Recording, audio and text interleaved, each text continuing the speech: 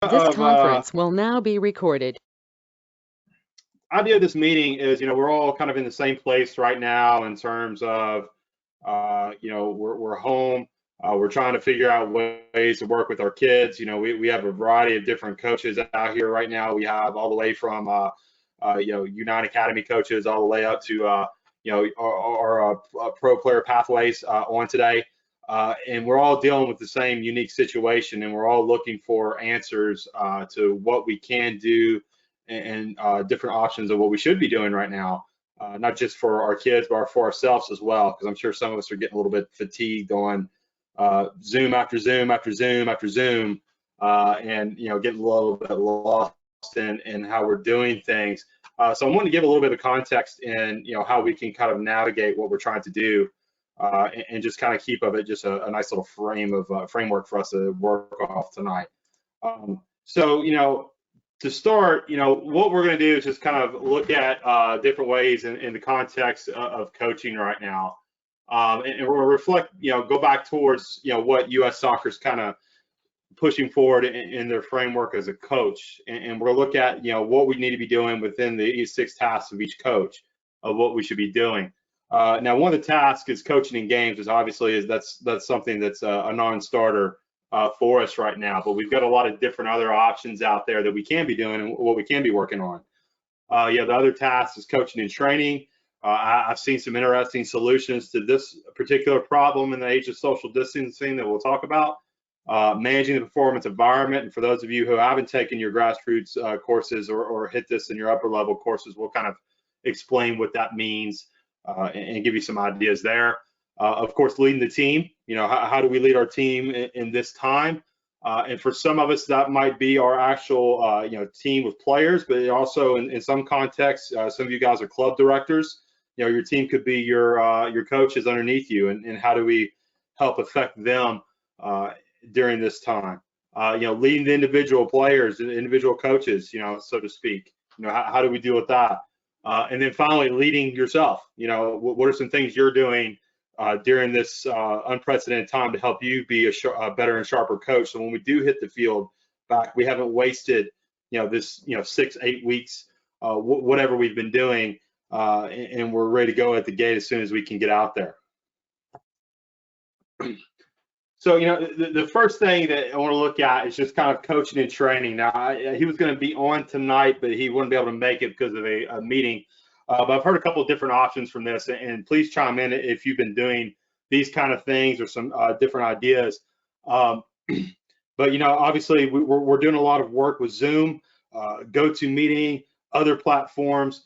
And I'm starting to see a lot of different ideas of bringing teams together to do a training session all remotely.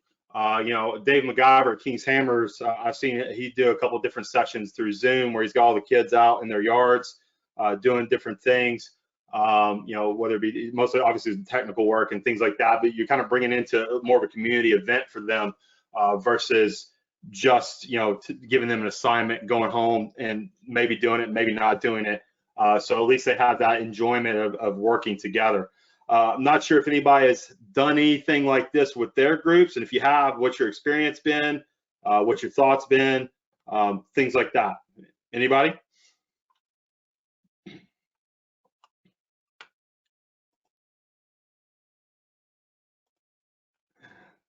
All right, good talk. Moving on. Okay. So those are kind of things we can think about. I was going to say that I have. Sorry. Oh, I just got done with one. So Eric Rockwell here. I just got done with one. It works out pretty well. Getting it going. So Eric, what are some of the things that you're doing with your group exactly? So I have an 18s and a 14s, and every week with the 14s, the 18s and 19s are for college, so they're kind of checking.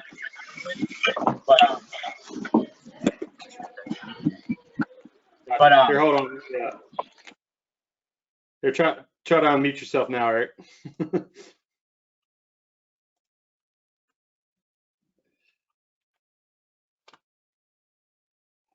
There we go. Is that better? Yeah, perfect. Yeah, that's the background noise. Yeah, no, well, with the 18s and 19s I have, they're all kind of like checking out. A lot of them are, it's the senior year, so they're trying to dwindle it off. But with the 14s, I set up a Google Classroom, and each week they all get a spreadsheet of like workouts for Tuesday, Wednesday, Thursday to do. And with the 19s, the 18s, I just have them, I just send them the sheet, and it's optional. They can do it, or I send them an idea of a workout they can do. But then with the Zoom stuff, we meet once a week, and we basically, it's kind of like a P90X, like you do like a push-up, sit-up, but then you do stuff with the ball, then you do a juggling challenge, and you do like 4 sets. And then we do like a talent show to kind of hit it off, or favorite jersey day to kind of go. And this week, James and Corey and I, we're all going to get together, and we're going to do a tactical session where we made a PowerPoint and we do a breakout room. So on Saturday with the one group. So just doing things to keep them engaged. Awesome. Yeah, and some of that we'll go back into when we're talking about leading the team, because I think those are some good ideas. I know Tripp did something today with his girls that we definitely want to talk about as well, in some different ways. But yeah, Zoom is a way you do it, but then we also have to think about our kids who don't have resources to be able to use that. I know, like on my children's team, for example, there's a couple of kids that they're not going to be able to get on Zoom, so they're missing those kind of meetings. So we got to figure out a way to also keep them engaged as well. So so moving on there. I'm sorry about that. So managing the performance environment. So for those who haven't taken these courses, that relates typically back to everything from the field, parents. I mean, just the whole totality of everything that needs to kind of go on. So, things that we can really be working on at this time. Obviously, we can't go to everybody's yard and mow their yard and make sure that they have a nice pitch to play on everywhere. But we can do things like, we can maybe engage the parents, ask them some ways that maybe they can help their player, the siblings. A lot of us have kids who have older brothers, sisters, younger brothers, sisters that can help train to kind of help those players stay engaged. I don't know if anybody's been doing these kind of checks. Are there ways to go and find out how they're doing at home? What about kids that are, kind of remote? Do we go out there and drive by and say hello to them, to the parents? Do we check on their parents? Has anybody been experiencing anything like that? Any ideas like that where you've been keeping the parents involved? Eric, I'm going to throw a suggestion out there to people. Love it, Adrian. I think it's very important right now for a lot of these people, a lot of athletes in general. One thing that has changed drastically within youth soccer players or within youth athletes is, I'm glad Sylvia's daughter agrees with me, is the diet. And I think it's something that a lot of people are forgetting right now, and a player's diet as such. I know that we have next week with our academy kids, we have a diet and nutritionist coming on, and I think it's something that I have not seen anybody else do yet with any of their youth programs. To be fair, as I'm sure you're aware, with the announcements of the development academy, though, I have stayed off social media for like the last 3 or 4 days. But something that I think, something massively that you could engage parents in with youth soccer clubs is making sure that players are staying with their diet and nutrition during this time. I just want to throw that out. We are doing it next week, and I think it's something that even the youth level clubs could do. So that's a great idea, Adrian, because this is probably the one time when they're not going to school and things like that, that actually you can have somewhat good control over their diet. I know, like, at the college level, for a lot of you guys, that's always a struggle with the cafeterias having the right kind of nutritional, supplements for the kids. So that's a great point. Anyone else have any input on that? Derek, this is Dan Ensley here. Can anybody hear me? I would say, the one thing that's helped us is to have a consistent time for when we're asking our players to be available to do things, right? So if we were going to have practice during a certain window of time, that they just can expect, on those days, at those times, to try and be doing the things that the team's doing. Eric had mentioned something earlier, we were talking a little bit about, things that players are facing. And I agree with Adrian on the diet piece. We also would want to address, rest and recovery, because the players are just getting individual training right now. They're not really having to make many decisions. They're not having to defend in a small group or attack in small groups. So we've included some PowerPoint presentations to some of those Zoom meetings that include a lot of decision-making type things, where you have a player and the player's got 3 options, and you can see on a screen there's option A, B, or C, and you get the players thinking about, well, what decision would you make? Why would you make it? And then how does that fall into our team's and our club's philosophy and style of play? So there are things out there that can still be done through the technology piece, that could include the decision-making component, that might also be helpful for teams to be doing. Sure, great, Dan. Thanks for that. And that kind of also sparked me on another one that I think it'd be good to make sure that you're checking in with your kids on, is that all these kids are now doing all their school online right now. For some kids, that's not necessarily a new thing. For some other kids, that's a very new and frustrating experience, particularly with schools that haven't ever done this before. So I think it would be good as coaches that you're also checking in to see how their mental fatigue is. Going back to what Dan was saying, with decision making, physical, all those kind of things. So we're asking them to do a lot of physical stuff. Mentally, we're in a situation right now where these kids can be really drained.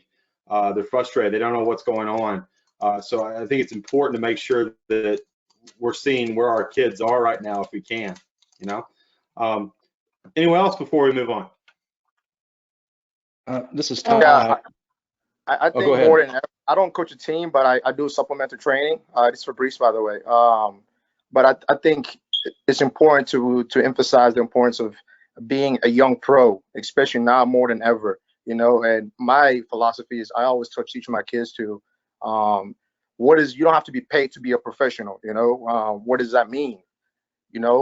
Taking care of your body, getting your enough sleep, stretching after, eating the right ingredients, making sure you're fit. So now more than ever, this is an opportunity to be a young pro. Doing the little things to making sure you stay on top of your game. And so we're now, because I emphasize that kind of language into their bodies and into their mindset, now I just check up on them. How's your mindset? How's your thinking? Are you staying ready? It's just those kind of conversations. And if you already have a relationship with your players, it becomes much easier to go with the conversation. Yeah, that's right, Fabrice. For those of you guys who don't remember Fabrice is currently, I believe you're at NCFC, if that's correct, Fabrice? Yeah, FC, yeah. North Carolina? Yes, sir. North Carolina, Raleigh. Yeah, Fabrice is a 95 player here from Kentucky, so great for you to jump on here, Fabrice. Of course, driving on, man, driving on. Yes, sir. Yes, sir. I think Fabrice, and relating back to Dan as well, is that both of you mentioned kind of routine. I think that's a good point, is keeping these kids on a routine. I know, like at my house, we have a certain routine just to kind of keep them on a schedule, and to be fair, me saying a little bit on some things, whether it be homework and things like that. So I love that idea of having kind of a training time, Dan. I think that's terrific. All right. Hey, Derek, can I add something there too? Yeah, Bernard. Hey, I was just going to say, I think this is all great stuff, but I think the hardest part, and again, coaching the younger kids even, is keeping it sustainable. We, like you said, keeping a routine is one thing, and I totally agree with that. But you also got to make it interesting, fun, and compelling for our players as well. especially, as they get to 10 and 12, as you said, they're online probably 8 hours a day already. And just making it interesting, making it fun. I think I love what Eric said about, having different kits worn on the days and, things like that keep it interesting, because I get it. It's hard for us too, to keep planning and keep thinking of reinventing the wheel, I guess, every training session, because it's all really individual training, especially for the younger ages. And I think I think that's the hardest challenge that I'm facing, and I'd be interested to hear what people are doing, just like what Eric said about trying to keep it interesting. Yeah, that's definitely a good point, Bernard. I know we've been doing, like, I've been doing a video going on 6 weeks now, and I'm running out of ideas and steam here. So I'm probably gonna be done with that. So I imagine a lot of you guys are trying to give sessions that are individual sessions. You know, that's tough.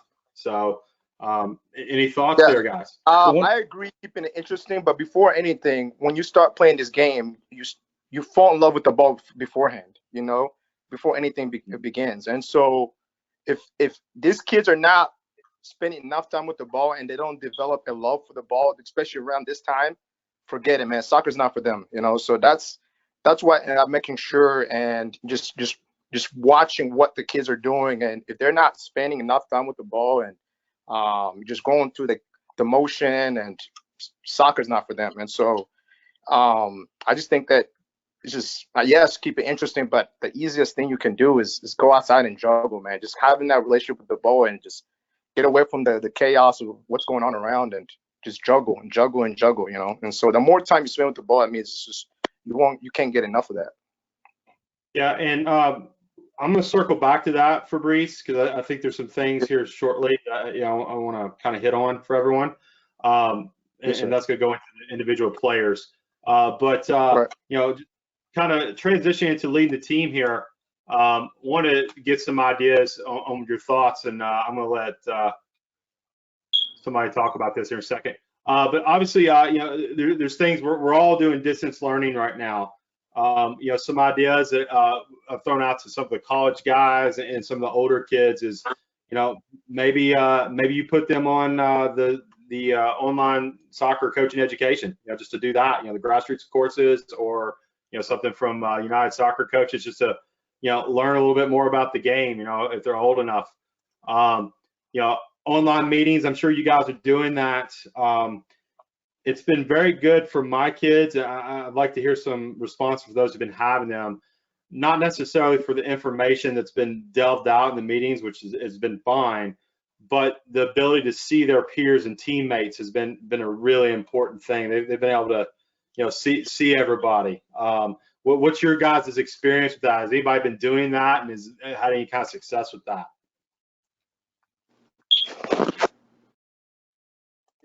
Hey, Derek. I've started doing a couple meetings with my group based on their class. And honestly, at this point for us, it's just checking in with them. And I think out of 45 or 50 minutes of these meetings, 10 or 15 is talking soccer, you know, plans for the fall, plans for the summer. And the rest of it's been catching in, checking in. How are they handling e-learning for high school? How are they handling being away from their club environment or their team environment for whatever they're doing? And then it's just them interacting as a group, and me and my assistant just sitting back and watching them interact and be part of a team again. Yeah. So it's been really great to see. And last night, I mean, I had one that I had to shut down after a while because I needed to get going, but it was great as the girls just slowly opened up, and you could see the enjoyment on their faces, just again being part of it, something. Yeah, I think that's a very valid point right now, because they're all, so I think, honestly, in my opinion, I think the older kids are having a harder time with this than the younger kids, you know, just, you know, socially, at least from my experience with my kids. Anybody else have any good things that might be a little bit different from Ben?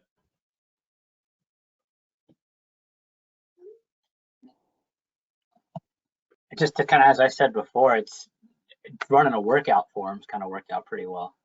I find that the younger kids like to chat more than the older kids. The older kids kind of want to get down to business, the competitive guys that I have. But Yeah. I don't know. But no, it's good. Hey, Derek, jump in.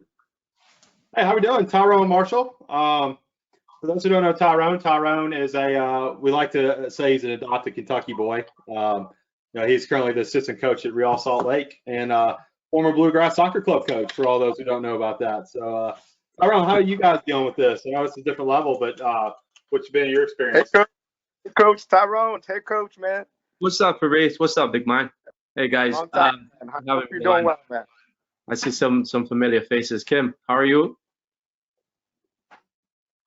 So what we've been doing here in the pros, and again, it's I don't want to relate it to the younger boys. I know it's a little bit different, but just give some ideas.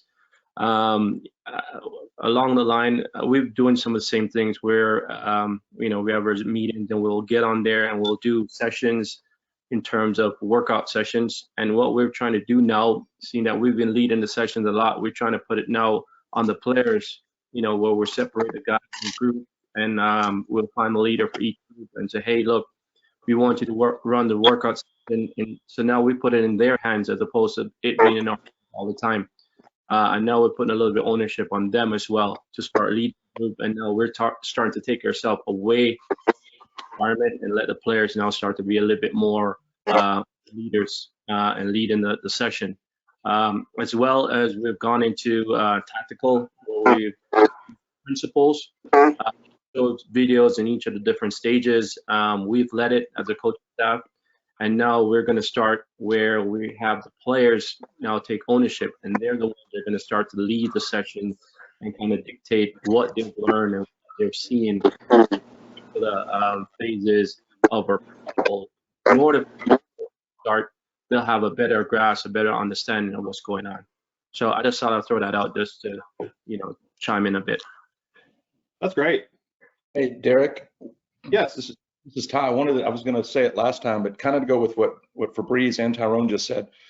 We've got things set up on a weekly basis. So next week is the kids coach the parents, and they're going to send us videos. They can do whatever they want to do, but to kind of keep them engaged and kind of change the dynamic a little bit. And our whole goal, every kid that we've got, for those of you who don't know, is under 12, just to get them to fall in love with the ball. So we're trying to do fun things just to keep them engaged. This is trick week, so kids are sending any kind of tricks. Some of them are really goofy, some of them are really pretty good. But next week will be really interesting when we have the kids coach their parents at home.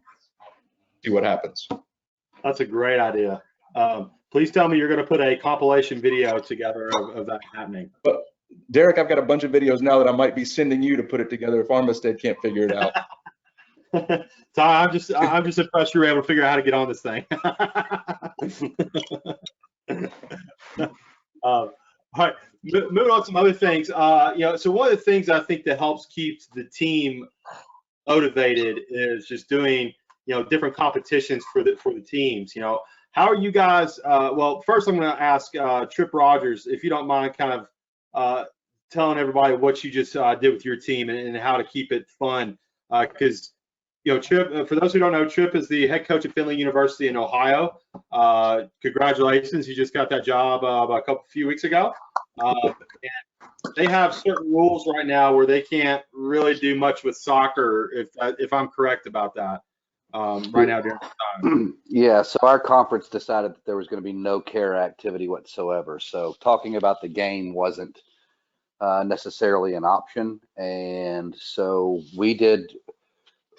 I've been doing individual meetings with grade checks and just checking on a lot of basically mental health and routines, trying to establish routines for all the players as much as possible and having them share their routines. But we have a weekly meeting time, and every week, past few weeks, we've done team trivia, which the team has enjoyed, and they've already broken down into the small groups of teams is one of the first things we did. And with trivia, for me, as I'm getting to know the players in the school, our first trivia was basically all questions that they learned at freshman orientation. That helped me learn about the school and see how much they actually remembered. And then we did trivia on the movie She's the Man, because apparently that's a thing. And then today we did a scavenger hunt, and that was probably the most fun we've had, where I came up with 20 items that were household items or soccer items or whatever they were, and where you can see everybody on the screen at once, whoever left the screen and came back, because we made them all sit in their living rooms. So they were interrupting whatever their families were doing or whatever. They were in the way, and they had to leave, and the first person back to the screen that showed up with the item got the point for their team. And it was a level of insanity that was a lot of fun. Lots of laughs were had, some really good crashes. some parents actually jumping in, trying to help their kids cheat with the assist. All around, just probably one of the best times we've had during all this insanity. There's also a website you can go to called goosechase.com. And from there, the kids can download apps. And basically the way it works is you can pick your list of items, and it's like Pokemon Go. They've got to go out and find those items in their neighborhood or whatever that is. And that's pretty cool. Derek, I'll probably let you share about the Kahoot, because I'm not real familiar with it, but I know that it's layers upon layers of interesting things, and it's also used by schools, if I'm not mistaken. Yeah, if you guys aren't familiar with Kahoot, it's just kind of similar. It's an app system where basically you can do trivia with your kids, and basically you can share your screen, and you see the questions there, and then on their phone they can answer, and it's whoever answers correctly and the quickest gets the most points. So you can do a quick little trivia quiz and things like that with your teams. It can vary if it's just fun, or you can do something a little bit more serious, depending on what your environment looks like. So that's always a good one.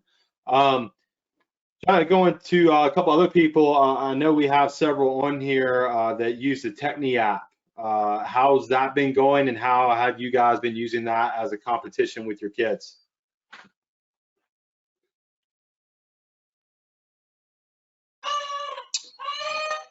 Derek. Hey, Derek. It's Christian. Hey, what's going on, Christian? Our whole club uses it.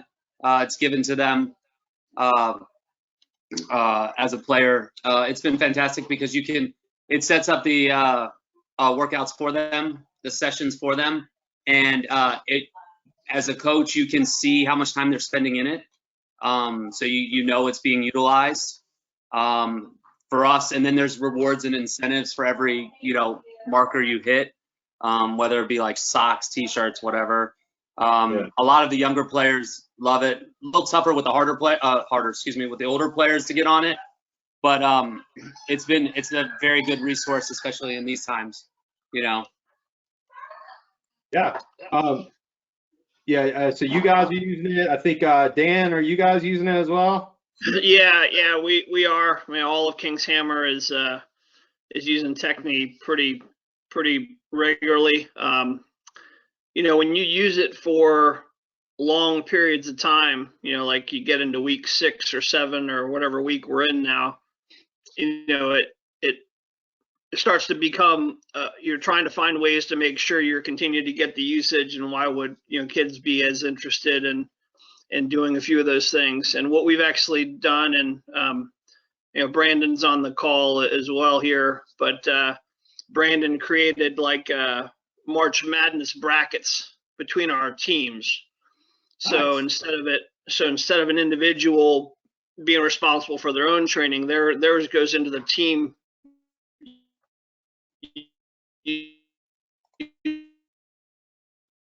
usage.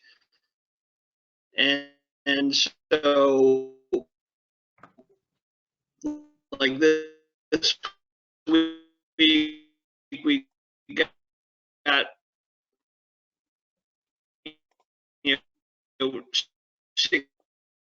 Hey, Dan, you're breaking up a little bit. I don't know if it's me or if it's you right now. You're getting all max headroom for those. But here, we'll kind of go back. I know one things I saw as well, and I know Eric was, oh, there you go. Yeah, I can hear you a little bit better now. Yeah, sorry about Derek, that. the other thing. Oh, sorry. Go ahead, Christian. Willis, the other thing we've done is KFJ and King's Hammer in a, I guess, competition to see, who uses it the most or whatever. Friendly competition. There's different things set up on there where we're competing against each other, whether it be juggling or fun little activities, to make it a little competitive, have some fun with the two different clubs. So that's been interesting. The other thing we're doing is all the coaches were given an account to do it with their players, against their players, so that's been pretty cool. Nice. Yeah, I did see the club thing. I thought that was a terrific idea to have some competition. Some other ideas kind of going forward. I've seen a lot of FIFA tournaments being thrown out there, a few other things.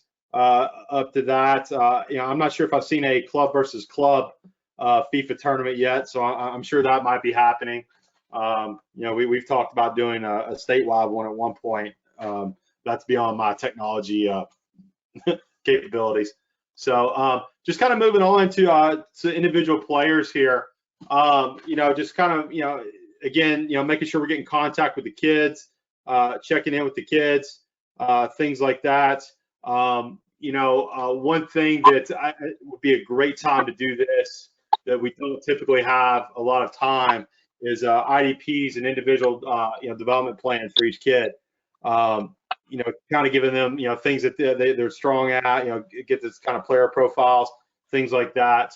Not sure if any of you guys have been working on those kind of things. Accountability. I think that's been an interesting one. If you're on that app, I think, that's easier to do if you have the app to be able to keep kids accountable. But I'm not sure how a lot of you guys are approaching that right now. If anybody's got any suggestions with that going forward, that'd be great. Hey, Derek, can I jump in here real quick? Yeah, why not, Trip? One of the things that we did with our club team that I was fortunate, Brad Turpin shared this with me years ago, but he had a set of assignments for systems of play and broke your team down into smaller groups and let them have their own private meetings to put together displaying a 4-4-2 and how it matches up against a 3-5-2 or a 4-3-3, and letting them come up with their own ideas and their own examples to present to the rest of. We included our team and our parents, so if the parents had questions, and they all kind of got in small groups and got to battle with the way they would use their systems against each other's systems and how they broke it down. And ever since Brad, I don't know when you gave that to me. It had to be maybe 10 years ago, and I've still used it with every team I've ever had. You could probably speak more to it, but now with the video games and the accessibility to watch games during this period with my boys team, they started pulling out different leagues that use the system, teams and leagues that use systems, and what games they use it in, and the stakes of the game, whether it was Champions League or those types of things. And for me, that was super fun to watch how involved they got into that. Brad, did you steal that too, or did you come up with that on your own? That's one of the things I've probably used the most in the past 15 years. It's been so long ago, I don't know where I got it. It turned out real well. I still have the videos that I send to them every now and then just to say, hey, remember when. So.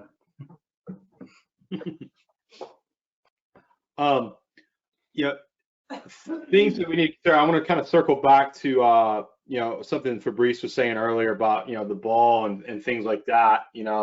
I know my children, and, I'm coming at this as a dad moment. They are more likely to do things if it's a competition.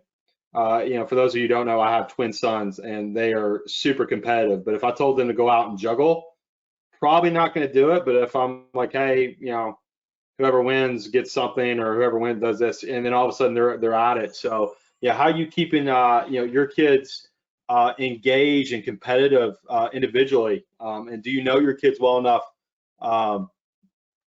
to be able to motivate them?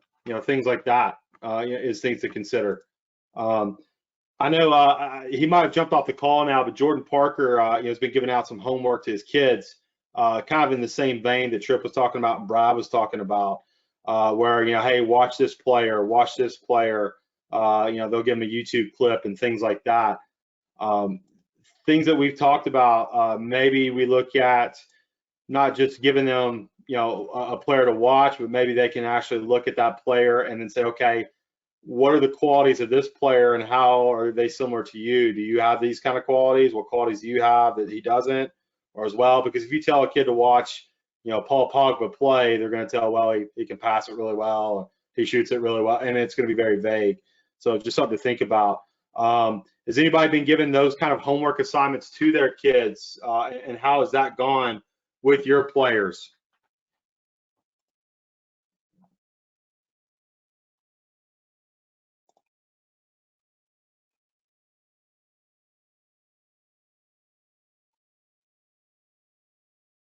Okay, we'll move on.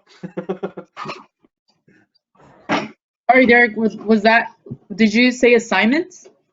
Yeah, have you been giving your like assignments to your kids to go watch a player, watch a team, anything like that? Is that gone well for you?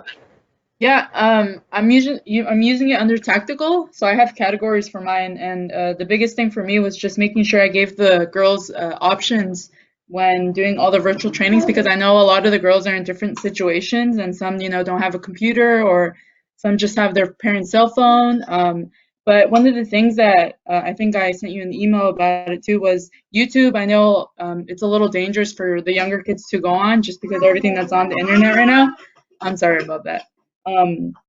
But there are a lot of full games on YouTube, and it's super easy for the kids to just go on the link and watch. So I've been sending the girls all the She Believes Cup games, and I give them specific questions on, what is this player doing good? What is this player not doing good? What could she improve on? And then I just have them send me just like a quick Team Snapchat answer about what they think, and that just, that's just something for them to do also, because a lot of times these girls aren't really watching soccer, unfortunately. So Yeah, well, we're not doing a lot of watching soccer right now anyway, right?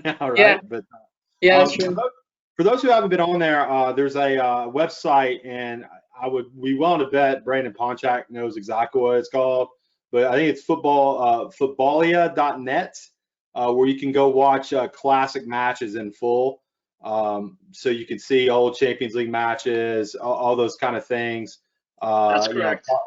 Is that correct? Thank you. I thought that was it, but I wasn't 100% sure. That's a really good site to see some old games if you can't find them on YouTube. So just kind of moving on, guys, into our last aspect, and I'm going to do this, and then Adrian's going to be kind enough to kind of present some of the things that we're doing with FC Cincinnati, since that's our local MLS club. Tyrone, make sure you got all your notes out for that. Things that what are we doing for ourselves right now? I know a lot of you guys have been on webinar after webinar. I know I have a lot.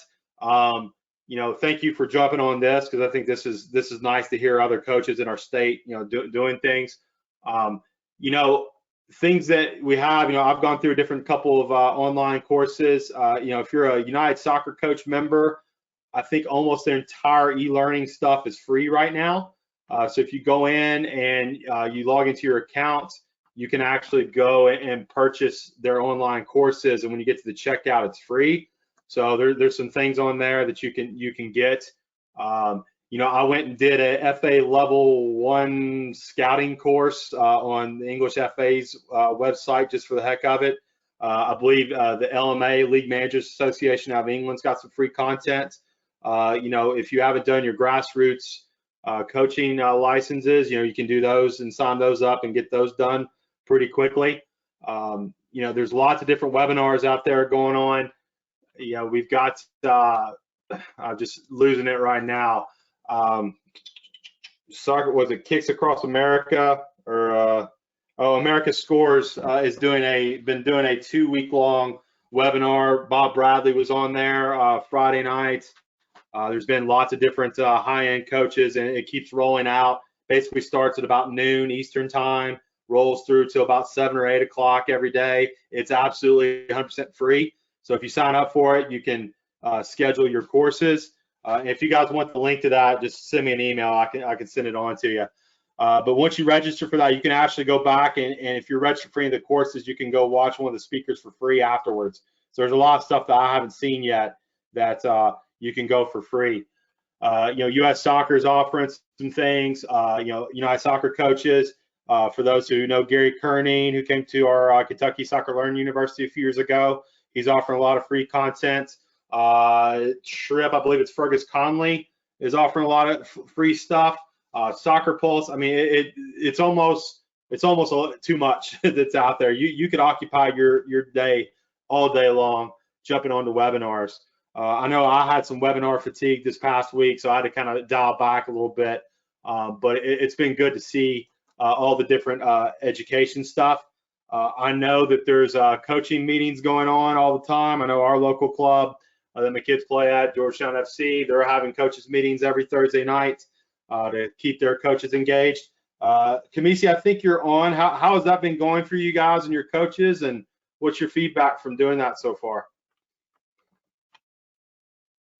I think it's been going great. I'm trying not to put too much pressure on the staff right now to always be present on the webinars, because I know everybody's got their own personal family situations that they're going through right now, and obviously this is an uncertain time for the season, but it's a good opportunity for us as a club to kind of fine-tune some things, whether it's our game model or curriculum, and I think that has empowered the coaches now to take a greater stake with their individual teams and the technical things that they're working on with their teams. So it's been great.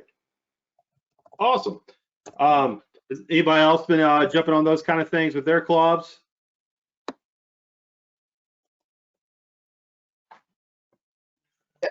Yeah, we are at Jabbing. We have a call every Wednesday with Juan Carlos, and we actually have guest speakers come on as well. I believe I think Ken Lola's coming on tomorrow, and we try to bring in different views. It's not always about systems of play or club wide. We always try to just make it an engaging conversation for coaches. Obviously, we need the communications and the partnership as well. So it's been going well. Good. Yeah, I think it's important for our sanity a little bit too, to continue making sure we're thinking, and staying focused on the game, even though we're not currently coaching. So I think that's been helpful. What better time right now than it is to read some books right now? Lots of books out there we can get some coaching advice on. With me being a history major, one of my favorite books is Inverting the Pyramid, that kind of talks about tactics and how it evolved throughout the history of the game. So that kind of tells you and lets you know exactly why a 2 is a right back, a 9 is a center forward, and why a 10 became the attacking center mid creator of the team. So that's pretty interesting. Lots of different other books out there. I'm getting ready to read The Mixer, which is about English Premier League tactics.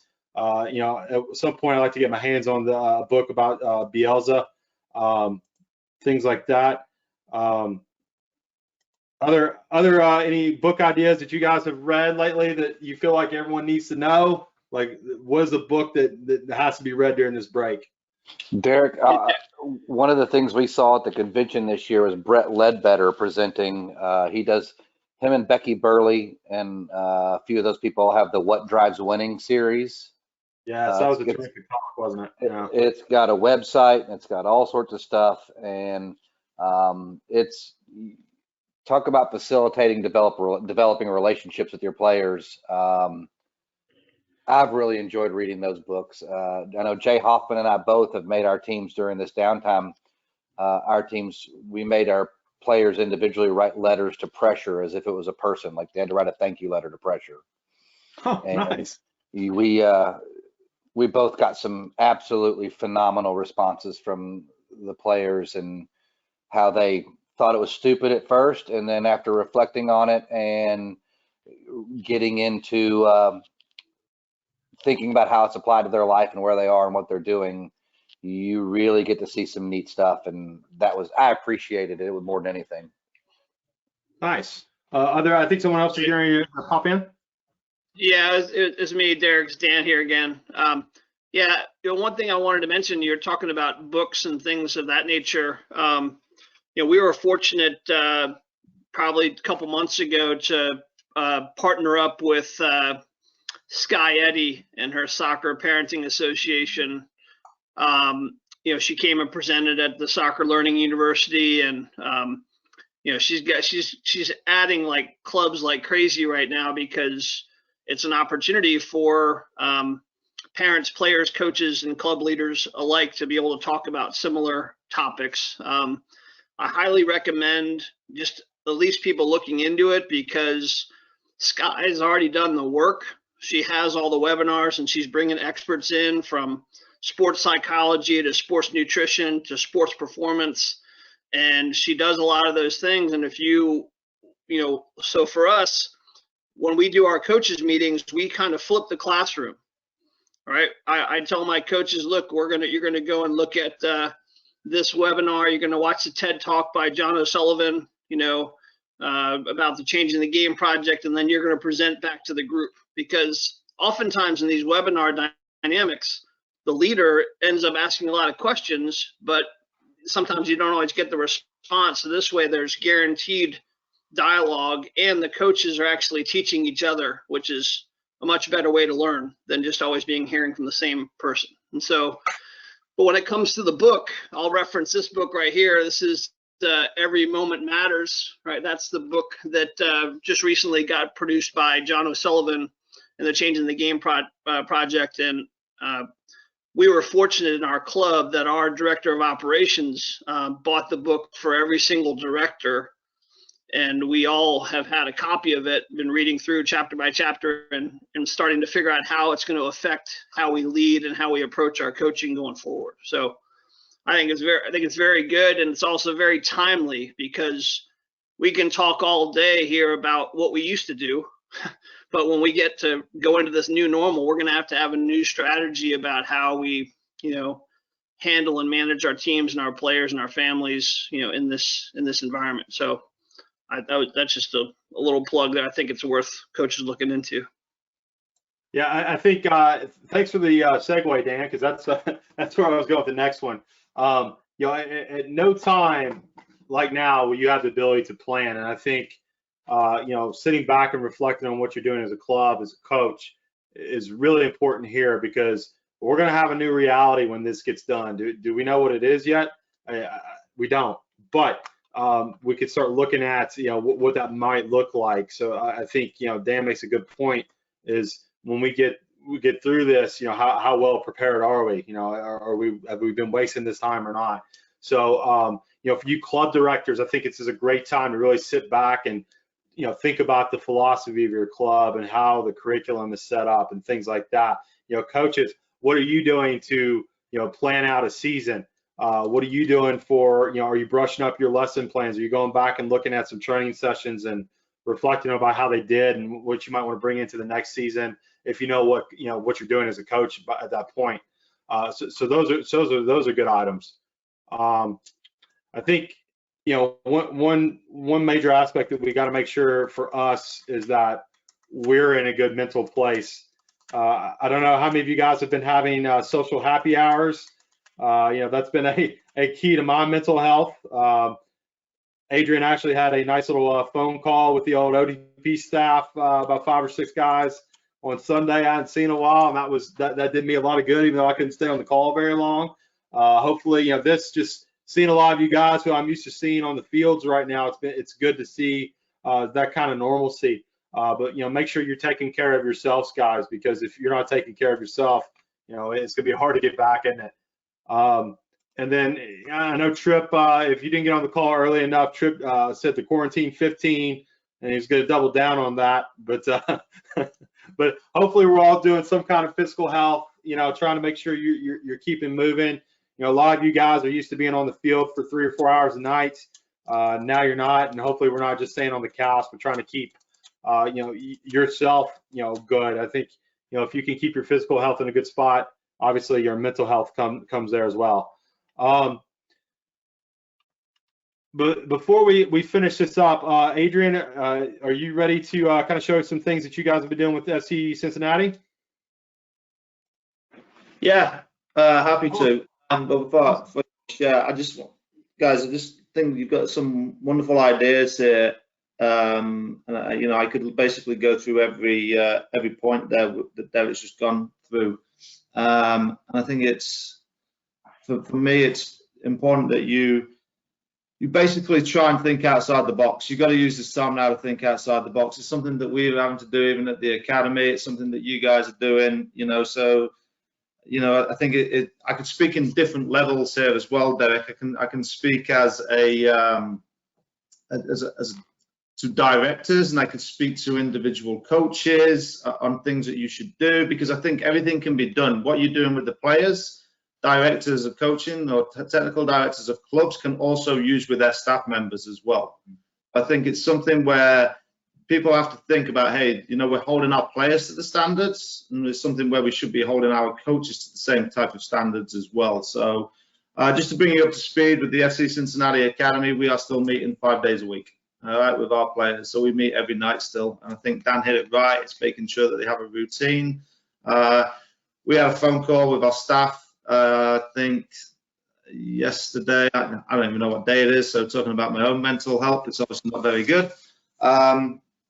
But we have phone calls a lot of the time, and we're meeting together as a staff, and we ask the players how much are we meeting, and that we're having them do 2 to 3 hours of work that they would still be doing, same as what they would be doing if they was in the regular season with us down at the Mercy Health Training Center.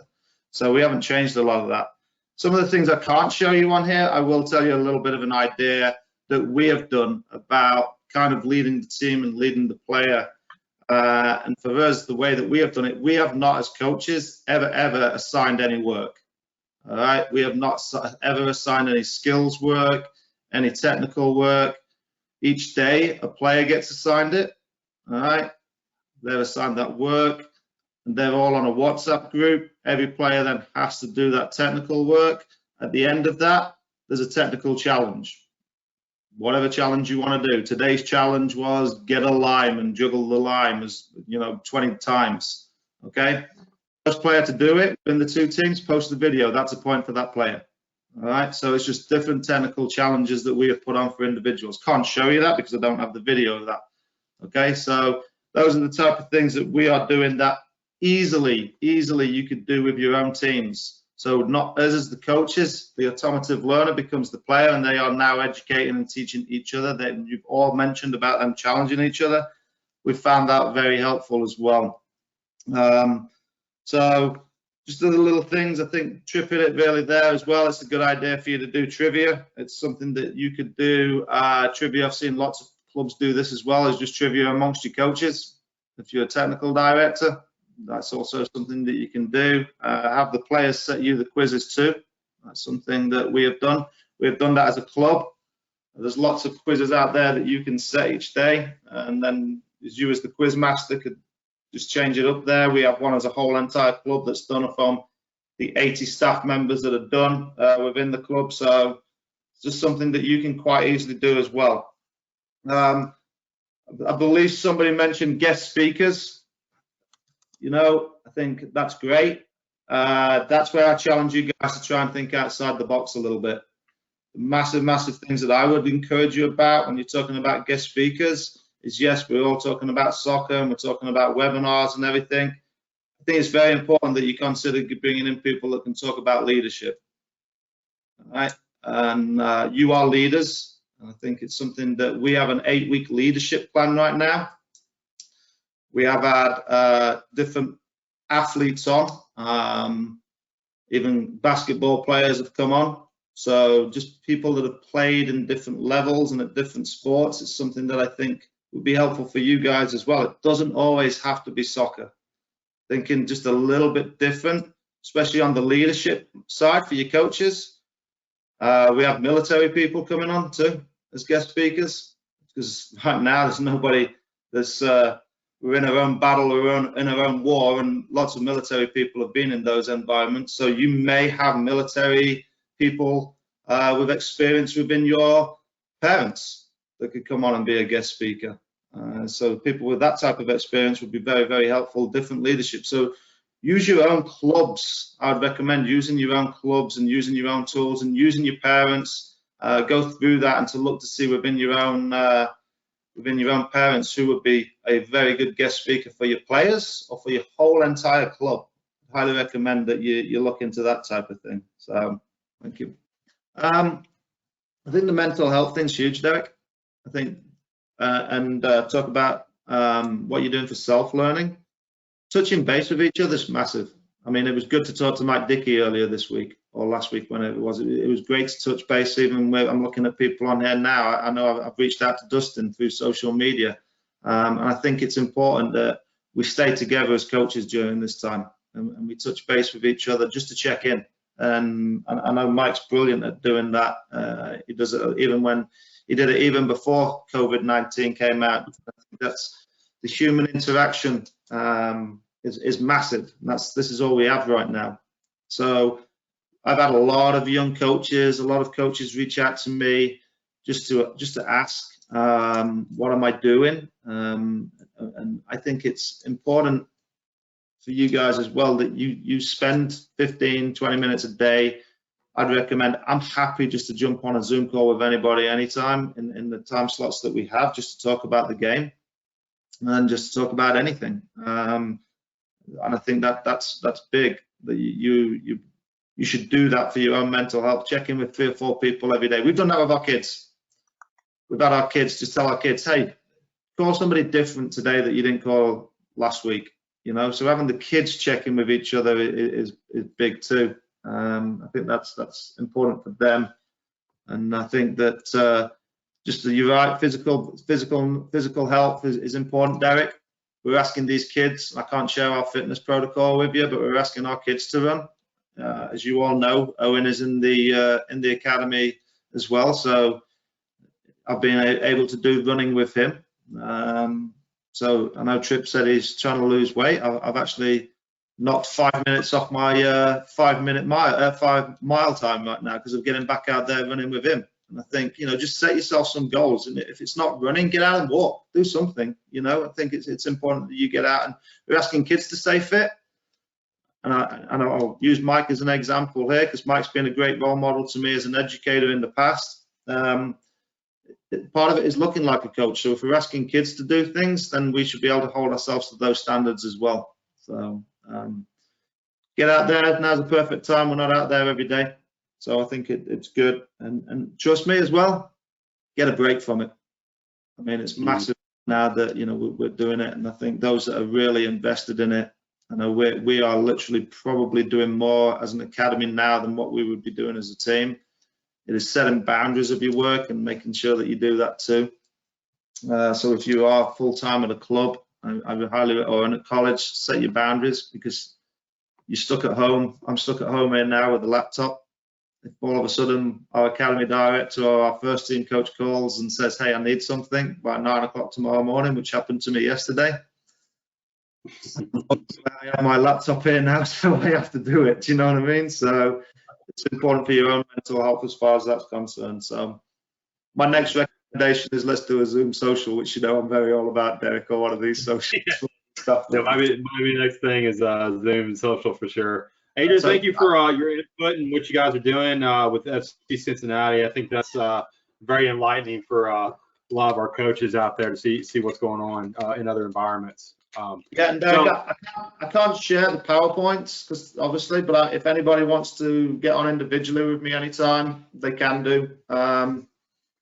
It's just my new email address is just parish@FC Cincinnati. So, and then like I said, or they could reach out to you, and you know, you and I touch base at least a lot, so we're happy to get on them.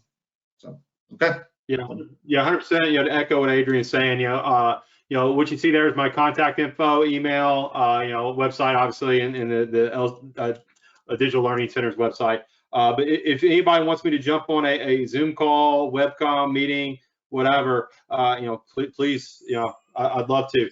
That'd be great. You know, just and if you guys need anything, you know, if you don't have my cell, email me. I'd be more than happy to share that with you as well. Just want to say thank you to everybody that's tuned in tonight. I think it's been an overwhelming response. I've been excited. Lots of great feedback tonight. You know, I've recorded this webinar, so I will have this. Hopefully, I'm going to try to upload this to YouTube for coaches that didn't make it. But if not, if any of your coaches want to tune in and see it, I'll be more than happy to share the link out. Thanks again, guys. I'll hang on here for just a moment if anybody wants to ask a question. But otherwise, have a good night, guys.